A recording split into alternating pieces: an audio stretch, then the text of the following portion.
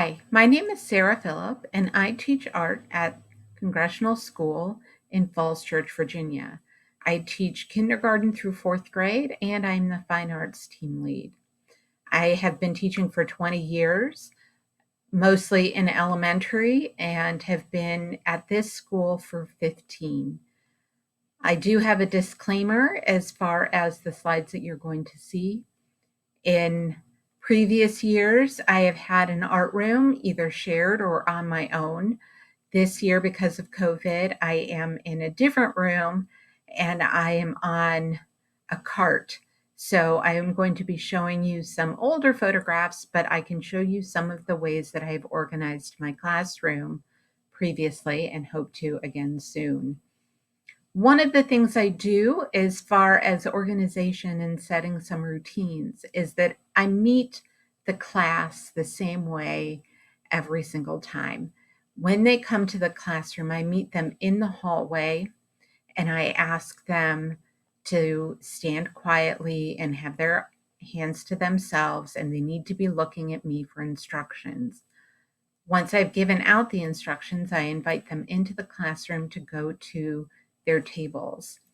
I do have assigned seats. That makes life a lot easier for me, especially in the beginning of the year when I'm learning some new students' names. Since I do teach the same students sometimes for 5 years, I know many of them, but kindergarten, I don't know those students. And then when we have new ones, it's much easier for me if I have seating charts and I take attendance every day. So once students are in their seats, that's when we begin class. I don't start until everyone is quiet and looking at me, and then we begin our classes. This is the beginning of the routine that just sets up my classroom for success, and it makes sure that students know exactly what they are to expect. Not necessarily from the art making, but they know what to expect from me, and they know how the classroom is going to be run, and that makes them feel very comfortable, and it also allows them to have more choice and freedom in the classroom. Since I start with kindergarten age students, we have some different routines that I do with them, but the older my students get, the more independence they have, the more choice in materials, the more use of different materials, and the more voice they have to say in the projects we do and how we do them. So one of the things that I learned from a fellow art teacher that I shared a room with for 8 years was to store everything in bins. So here you can see my setup. I have everything stored in bins. In the back, you can see some of the bins that I have. Each type of bin is a little bit different.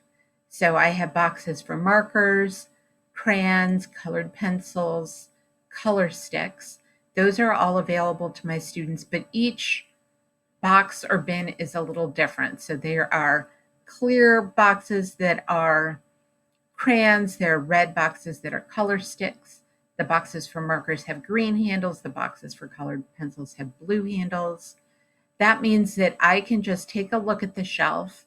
I know that everything has been returned to where it needs to be, and I know that students can find things when they're looking for them. I also have a container for each table with pencils. So each of these basket has 4 pencils that are color coded to the table and the basket. There are baskets of scissors and a bowl of erasers, and there are staplers and tape dispensers. All of those things are available to students.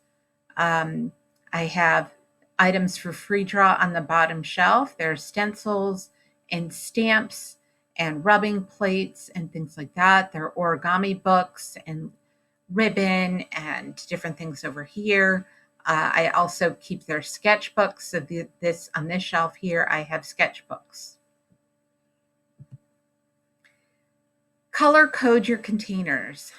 I color code everything in my classroom and pretty much everything that has to do with teaching.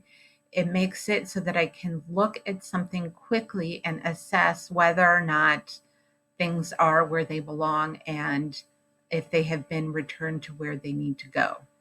I can tell that these students are working at the yellow table because there is a bin with yellow tape for color sticks, and there's also one for markers. This way, the students know that they can go get the material that they're allowed to use.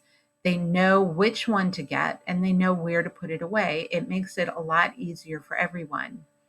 You will also see that I have aprons hanging in the back.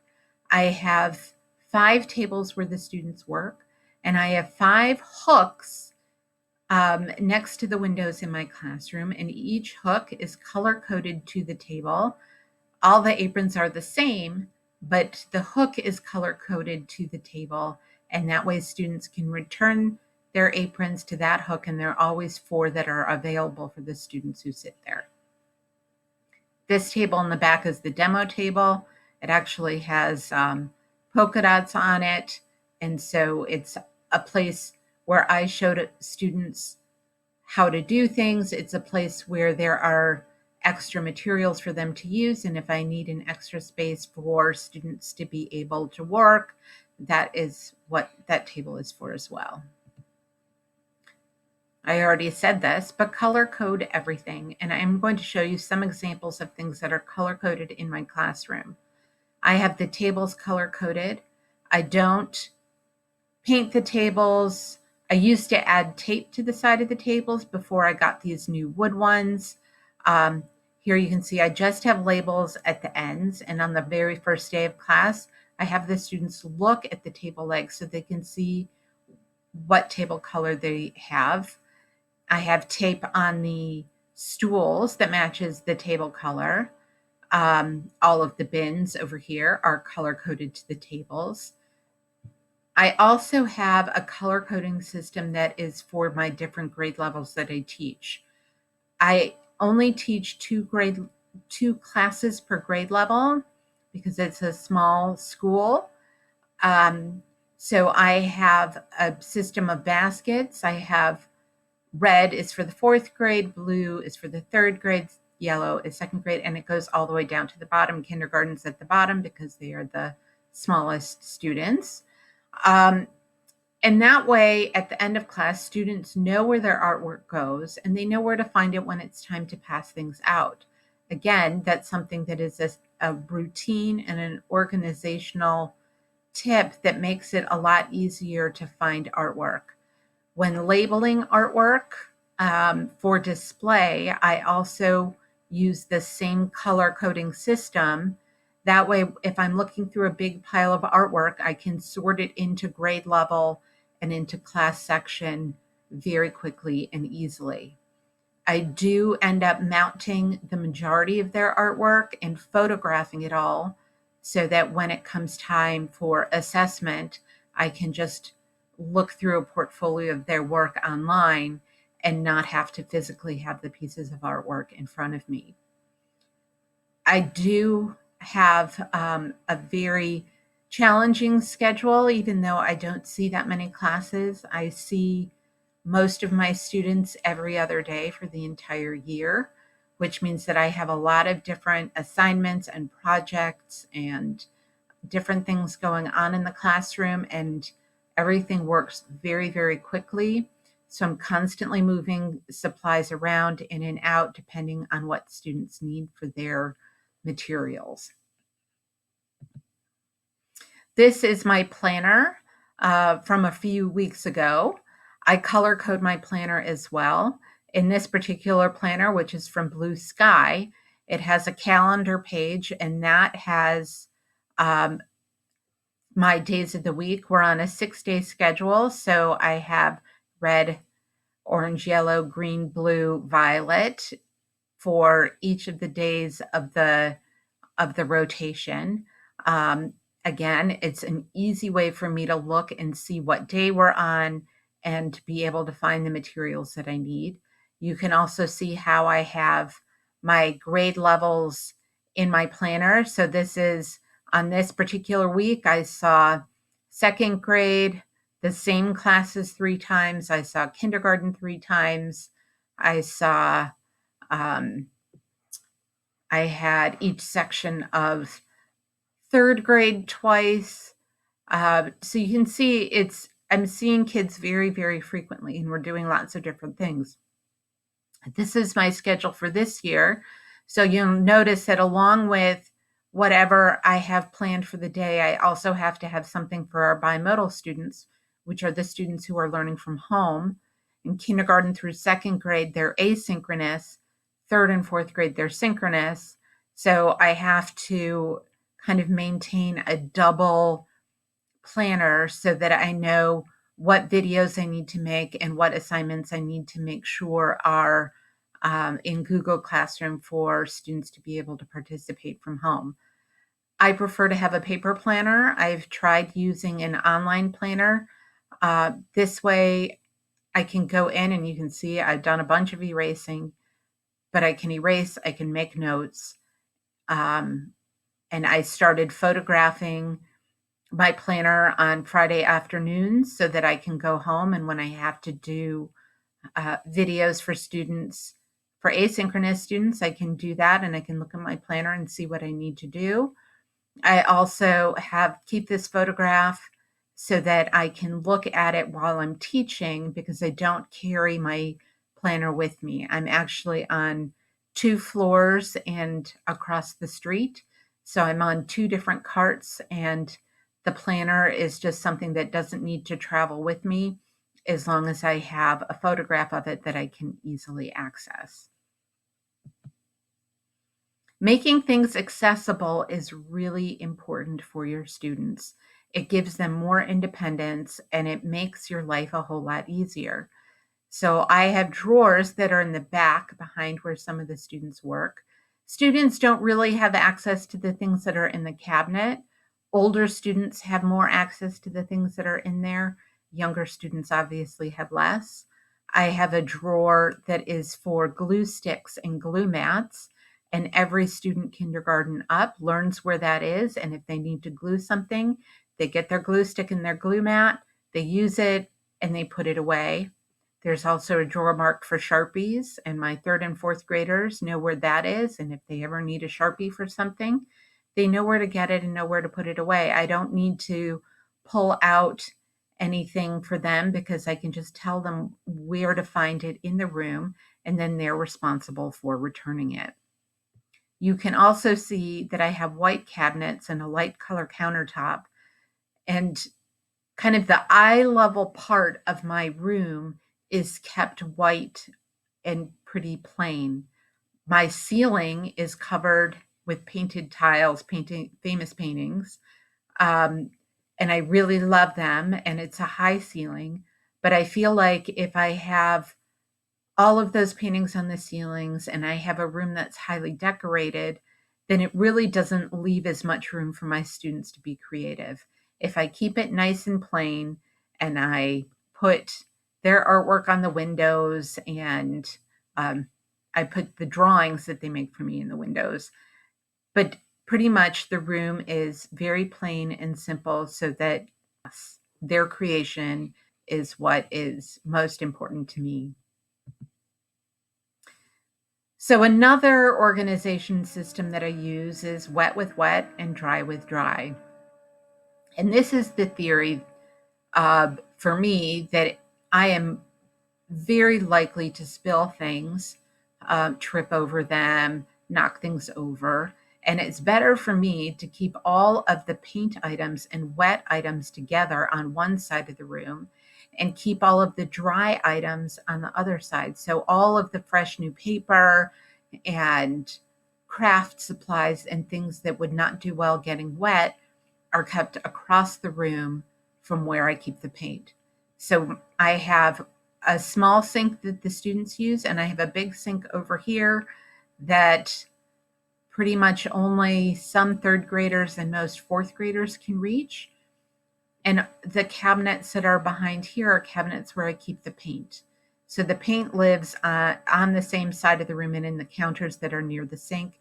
That way, if I spill something, I'm very close to be able to clean it up. I keep my clay materials under here as well, with more clay materials back here.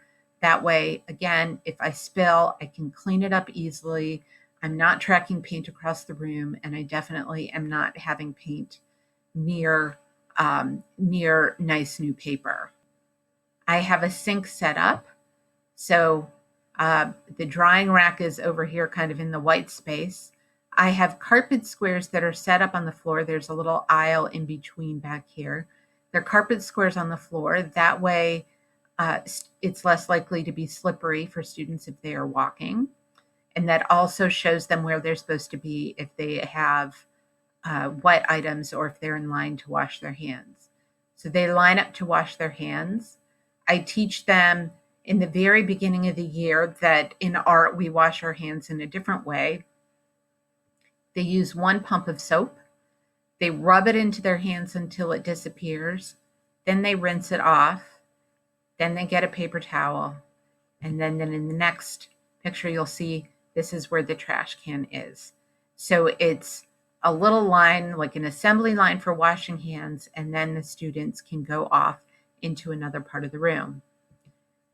You will also see that I don't have any counter space that is by this sink. It just is kind of a sink that is by itself in the middle of the room. I use a cart on one side. This is where they have their water buckets for when they are painting, so they know where they are and they can fill them up themselves and put them away themselves.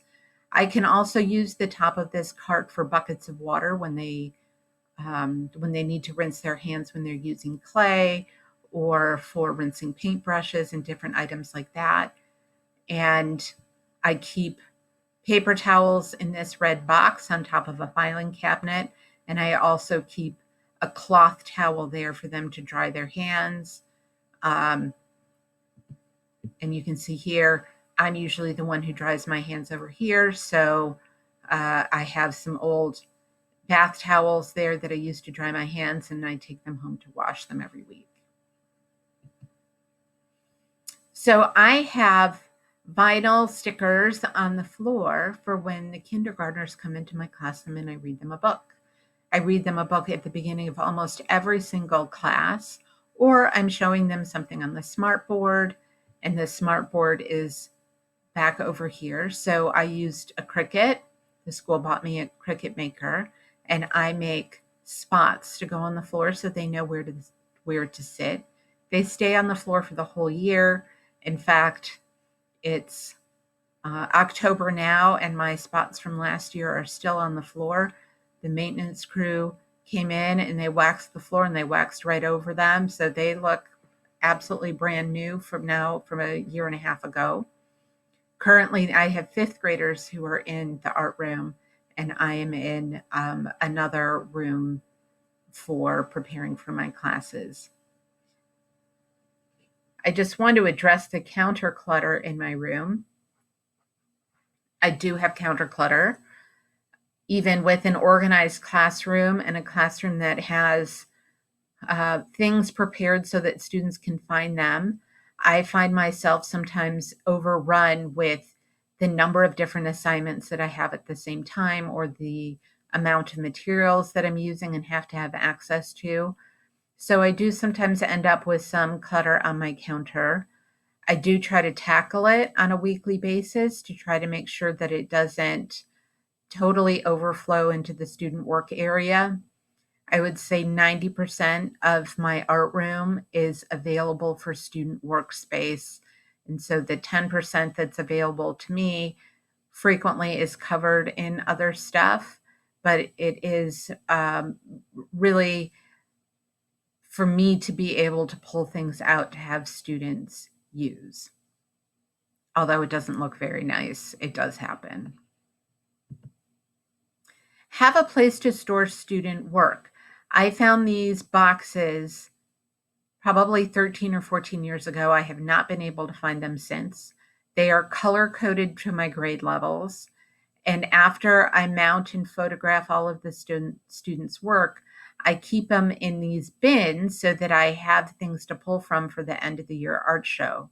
So all of my second grade work would go in the yellow boxes, and then different work, obviously per grade, would go in each box. That way I know I have one place where I store work that has not been on display, and I have one place for where it has already been on display. You can see here that my fourth graders are working with charcoal, which is pretty messy.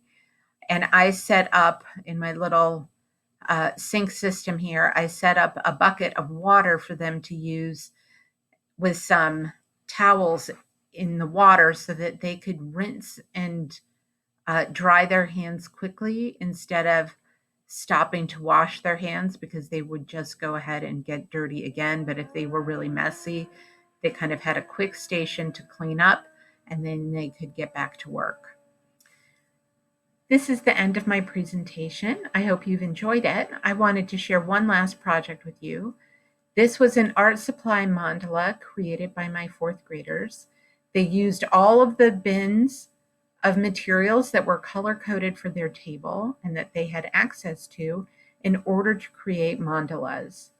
The fun part about this was at the very end, what I did was take a time-lapse video of them taking apart their mandala and putting everything away. So all of the crayons ended up in the right place, and the rulers and all of the other pieces ended up in the same part. And the kids had a whole lot of fun taking apart their mandalas, and it made it kind of more exciting for them instead of feeling like they were losing out on something by having to take it apart.